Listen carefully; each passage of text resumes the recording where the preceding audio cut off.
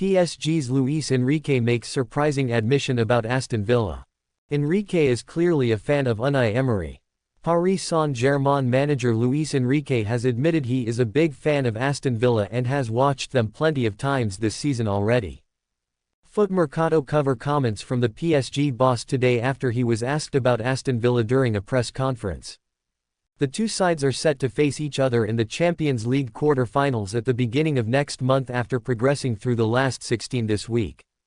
PSG saw off Liverpool while Aston Villa were comfortable winners against Club Brugge.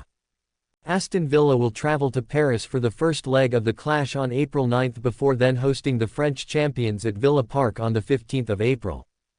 Don't forget to like, subscribe and share for all interesting news from Aston Villa. Both sides will very much be eyeing up a place in the semi-finals of Europe's biggest club competition, having impressed in the competition so far. Indeed, Aston Villa have taken to European competition like a duck to water under Unai Emery's guidance, with the Spanish coach establishing himself as something of a European expert during his career to date. The tie will also have an added edge as he takes on one of his former clubs, and current Aston Villa star Marco Asensio comes up against the side who sent him on loan to Villa Park in January. Enrique is more than aware of the dangers too, admitting that he's watched his upcoming opponents already this season. "We knew we were going to play against them," he said. "I know Aston Villa because I watched a lot of matches as a football fan.